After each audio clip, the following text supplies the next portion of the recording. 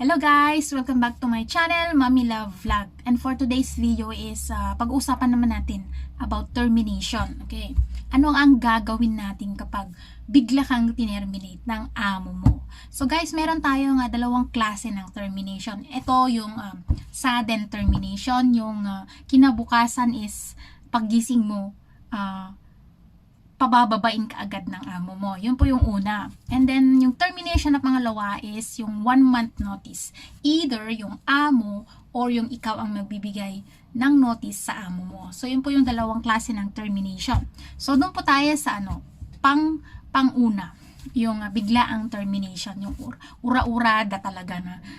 Like for example, ngayon pa lang is pinag-empake ka na ng amo mo dahil buwisit sa'yo. Ayan guys. So, anong gagawin mo kapag ganyan yung termination na ginawa sa inyo ng employer? So guys, unang-una is maging kalmado tayo. Huwag tayong kabahan, mag-pray tayo na sana maayos yung pinagdadaanan natin. And then pangalawa guys is i-secure yung mga gamit ninyo. As much as possible is nakalock yung maleta ninyo. Ayan na. And then, kung maaari, yung mga binigay niya sa inyo is huwag nyo nang kunin. Ibalik nyo na lang. Ayan. So, may mga amo kasi guys na babalik ta rin ka. Ibinigay niya sa'yo, pero at the end, isasabihin ninakaw mo yun. So, kung maaari, kapag ura-urada kang pina-terminate, lahat ng mga binigay ng amo mo sa'yo is ibalik mo. Wag mo nang kunin. Ayan, guys ha. Unless, kung i-insist niya na kunin mo na lang. So, mas maganda na iwan mo yung mga things na binigay niya sa'yo. Kasi hindi natin alam yung maugali na employer. Katulad ko, nung tinerminate ko yung employer ko is pinagbintangan ako na nagnakaw ako. Ano yung ninakaw ko? Yung papel. So, ito guys kasi, yung scenario noon na akala ko yung papel na pinabigay sa akin ng agency is para sa akin, copy ko. Hindi ko alam matandaan kung ano na yung papel na iyon is ibibigay ko pala sa kanya. Hindi ko naman na gets yung sinabi ng agency. And then tumawag yung agency sa amo ko kung naibigay ko yung papel na iyon is hindi ko naibigay. Tinago ko. So yun. In that, sa papel na yun is pinagbinta akong magnanakaw. So mas maganda guys na isauli na lang yung mga binigay ng amo. Ganun nga naman yung ginawa ng amo ko noon na dati is, bago ako umalis guys is, yung mga magagandang winter clothes, that time is winter pa yung panahon is, kinuha niya and then binawi niya. Iwanan mo yung mga yan, sabi niya. Kahit yung mga bags na magaganda na pinagbibigay niya sa akin is binawi talaga. So yan guys, secure ang mga gamit at kung maaari, ibalik ninyo yung mga binigay ng amo ninyo. Okay, so doon naman tayo sa may 1 month notice. Okay guys, so kung yung amo nyo ang nagbigay ng notice, ayan, bago ka pabababain is mag-work ka muna ng 1 buwan. Yan ha, kung may notice. Ganun din, kapag ikaw ang nagbigay ng notice sa amo mo is mag-work ka rin ng 1 buwan. And then guys, one thing is mag-ingat tayo sa pinipirmahan natin kung ano yung ipinapapirma sa atin ng amo kapag binigyan tayo ng 1 month notice. Like for example, bibigyan ka ng blank sheet. Wag po kayong pipirma sa mga blank sheet dahil maaari nilang i-doktor yung blank sheet kung ano isusulat nila doon. Blank sheet, I mean. And then guys, kapag tinerminate tayo at hindi binigay ng maayos lahat ng benefits na kailangan mong makuha sa amo is pakiusapan mo siya.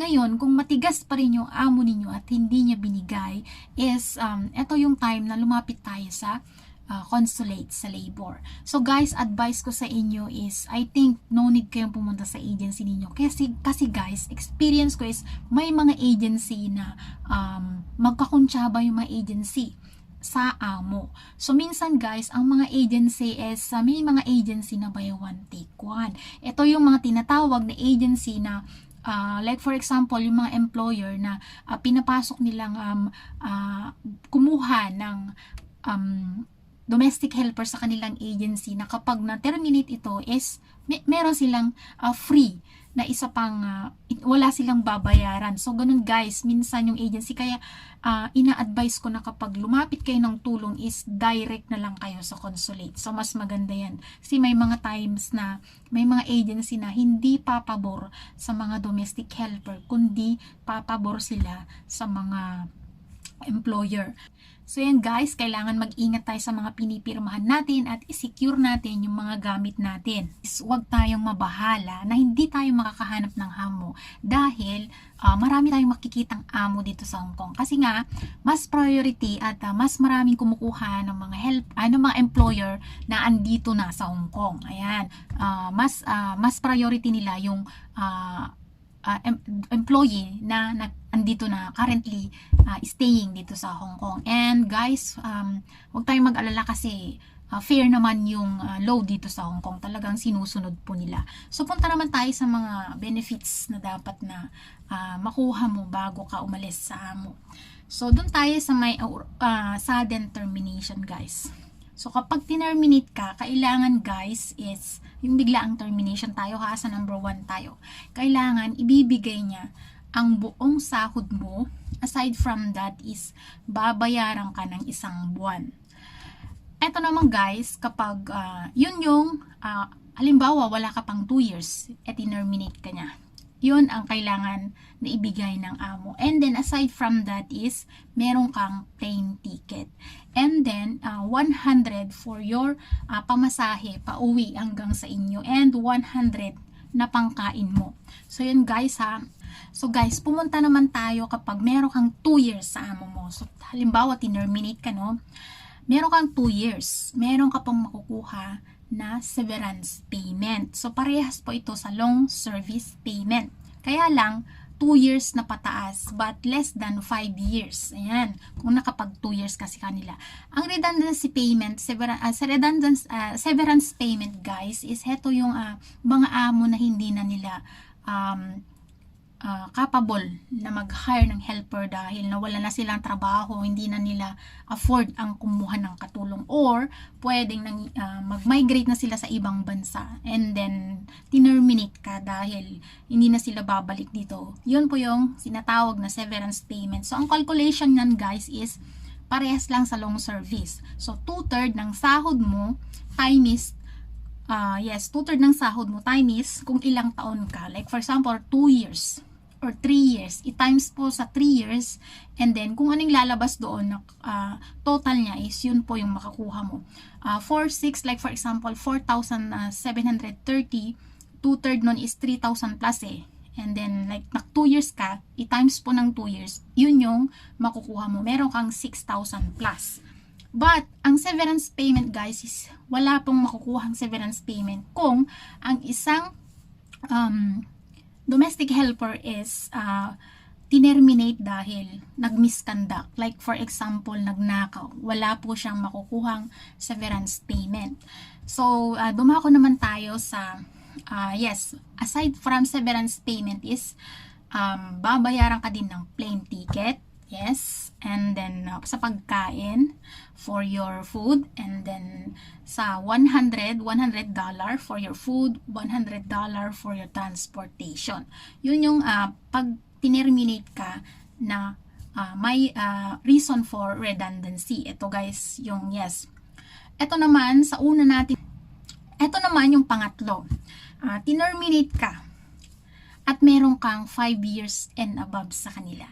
So, ito guys, yung terminate na ito is meron kang makukuhang long service payment na bago ka i-release is makukuha mo muna yung mga benefits dahil nag-stay ka nila ng 5 years or more. Ayan. So, meron kang makukuha na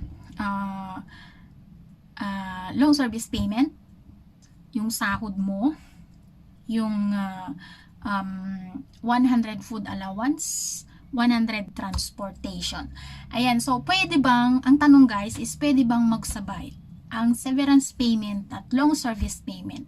So hindi po yun magsasabay, hindi po yun both na ibibigay ng amo mo. Dahil kapag wala ka pang 5 years, syempre, hindi ka makakatanggap ng long service payment. Dahil ang severance payment lang guys is tumatanggap lang sila ng severance payment kung 2 years pataas but not less than 5 years. So yun guys ha. Halimbawa, hindi naman binigay, hindi sumunod yung amo mo sa mga benefits na kailangan mong makuha. Pwede ka pong mag-report. Ayan, report mo sila sa polo or sa consulate, pumunta ka doon. Para sa labor, para sila po yung susulat sa amo. Sila po yung mag-a-action. Ayan. Kasi kung minsan hindi nila alam yung mga obligasyon nila na nagre-release lang sila ng mga helper. So yun lang guys ang dapat ninyong gawin. So unang-una is maging kalmado kayo, i-secure yung mga gamit ninyo at alamin nyo yung mga benefits na kailangan nyo makuha. Sa mga baguhan is kailangan na matalino tayo. Kasi na-experience ko din yung unang-una kong amo is ganyan din ako. Kinakabahan ako. Although ako po yung nag-terminate sa sarili ko, hindi ako yung na-terminate is andun yung kabaka talaga. Baka hindi ako makakahanap ng amo kasi nga mahal pa noon ang pag-apply guys. Year 2013 is inaabot ng 100,000. Unlike ngayon, murang-mura na. Aabot na lang ng more than 10k, makakapunta ka na dito sa Hong Kong. At mababawi mo agad yung ginastos mo. So yun lang guys, ang gusto ko ma-share. Sana nakadagdag ng ideas sa inyo, lalong-lalo na sa mga baguhan. Give me a thumbs up, comment sa aking comment section below. Share this video para malaman din ng ating mga kapatid na papunta pa lang dito sa Hong Kong. And subscribe to my channel. Thank you guys and see you on my next video.